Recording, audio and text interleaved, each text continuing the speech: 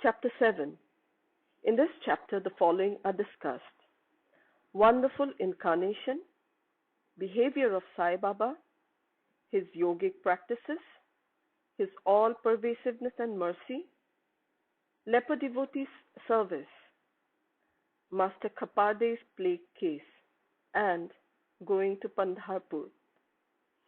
Wonderful Incarnation. Sai Baba knew all yogic practices. He was well versed in the 6 processes, including dhoti, which is a process of stomach cleaning by a moistened piece of linen, 3 inches in breadth and 22.5 inches in length; Khanda Yoga, that is separating his limbs and joining them again; and Samadhi, etc. If you thought that he was a Hindu, he looked like a Yavan. If you thought him to be a Yavan, he looked like a pious Hindu. No one definitely knew whether he was a Hindu or a Mohammedan. He celebrated the Hindu festival of Ram Navami with all due formalities, and at the same time permitted the sandal procession of the Mohammedans. He encouraged wrestling bouts in this festival. When the Gokul Ashtami came, he got the Gopal Kala ceremony duly performed, and on Eid festivals he allowed the Mohammedans to say their prayers, namaz, in his masjid.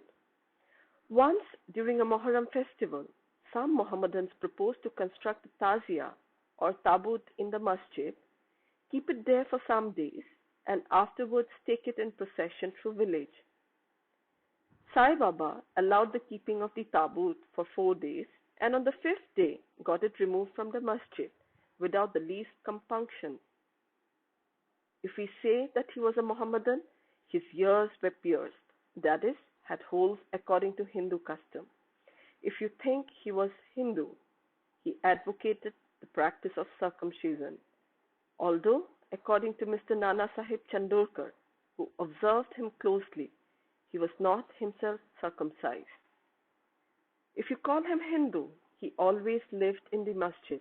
If Mohammedan, he had always the dhuni, the sacred fire there, and the following things which are contrary to Mohammedan religion, that is, grinding on the hand mill, blowing of the conch and bells, oblation in the fire, bhajan, giving of food, and worship of Baba's feet by means of arghya, water.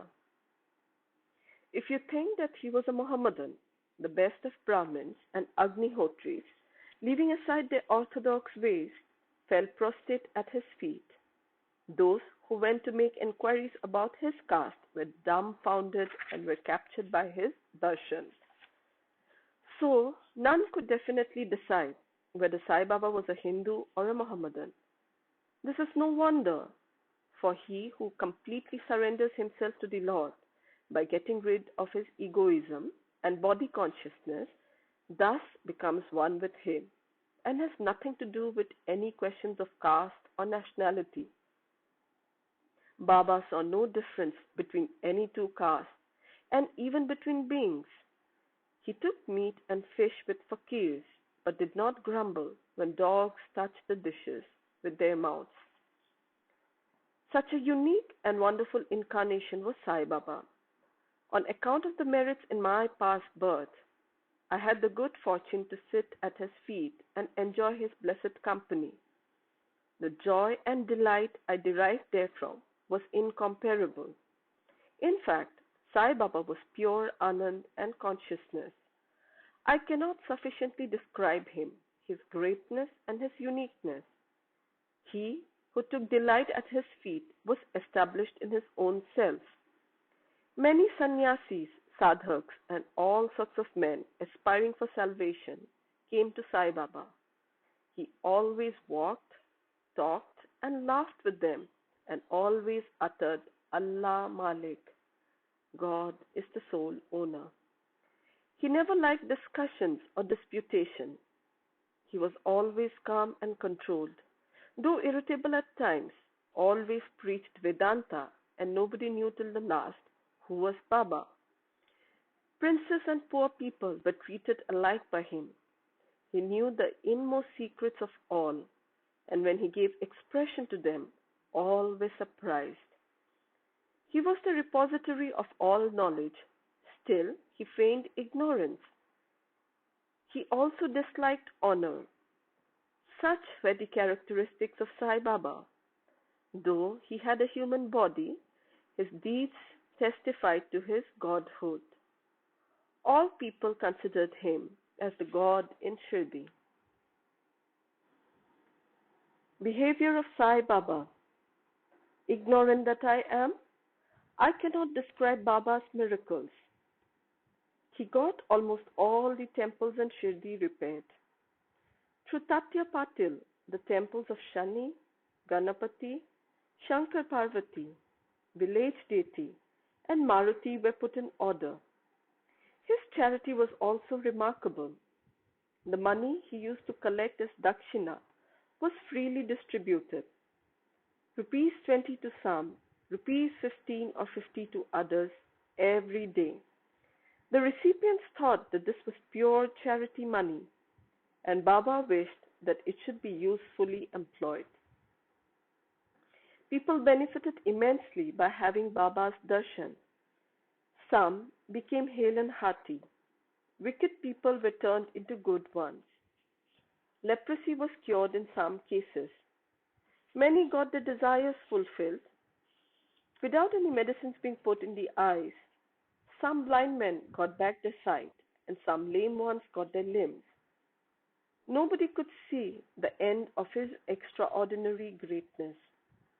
His fame spread far and wide, and pilgrims from all sides flocked to Shirdi. Baba had his asan near the dhuni and always rested there. He sat there in meditation, sometimes without a bath. He used to tie a small white turban on his head and wear a clean dhotar round his waist and a shirt on his body. This was his attire in the beginning. He first practiced medicine in the village. He examined patients and gave medicines. He was always successful, and he became famous as a hakim, a doctor. A curious case may be narrated here. One devotee had his eyes quite red and swollen. No doctor was available in Shirdi. The other devotees took him to Baba. In such cases, other doctors would use ointments, anjans, cow's milk, and camphorated drugs, etc. Baba's remedy was quite unique. He pounded some biba, that is, marking nuts, and made 2 balls of them, and thrust them on in each eye of the patient, and wrapped a cloth, that is, a bandage, round them. Next day, the bandage was removed, and water was poured over them. The inflammation subsided, and the pupils became white and clear. Though the eyes are very delicate, the biba caused no hurt, but removed the disease of the eyes. Many of such cases were cured. This is only an instance in this regard. Baba knew all the processes and practices of yoga. 2 of them will be described here. Number 1, Dhauti Kriya or cleansing process. Every 3rd day, Baba went to the well near banyan tree at a considerable distance from the masjid, washed his mouth and had a bath. On one occasion, he was seen throwing up his intestines, cleaned them inside out, and placed them on a jam tree for drying. There are people in Shirdi who have actually seen this and who have testified to this fact. Ordinarily, dhoti is done by a moistened piece of linen, 3 inches broad, 22.5 feet long. The piece is gulped down the throat and allowed to remain in the stomach for about half an hour for being reacted there and then taken out.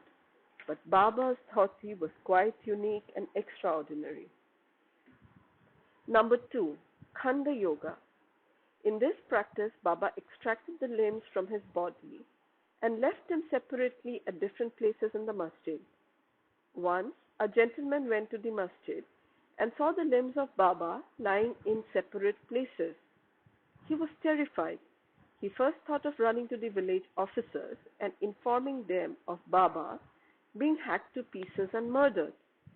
He thought that perhaps he would be held responsible, as he was the first informant and knew something of the affair. So he kept silent. But next day, when he went to the masjid, he was very much surprised to see Baba hale and hearty as before. He thought that what he had seen the previous day was only a dream. Baba practiced yoga since his infancy, and nobody knew or guessed the proficiency he had attained in it. He charged no fees for his cures, became renowned and famous by virtue of his merits, gave health to many a poor and suffering person. This famous doctor of doctors cared not for his interest, but always worked for the good and welfare of others, himself suffering unbearable and terrible pain many a time in the process. One such instance I will relate now, which will show the all-pervasive and most merciful character of Sai Baba. Baba's all-pervasiveness and mercy. In the year 1910, Baba was sitting near the dhuni on Diwali and warming himself.